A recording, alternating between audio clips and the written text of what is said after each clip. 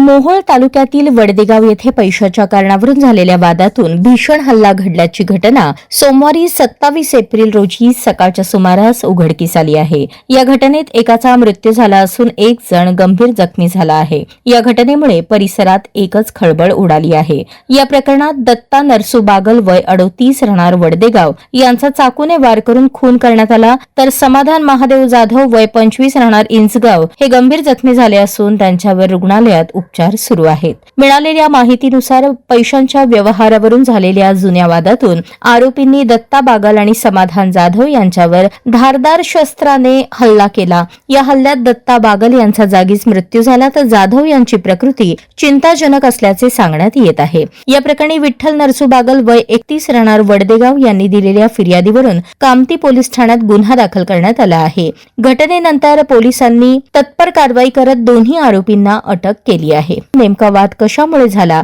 याचा सखोल तपास केला जात आहे।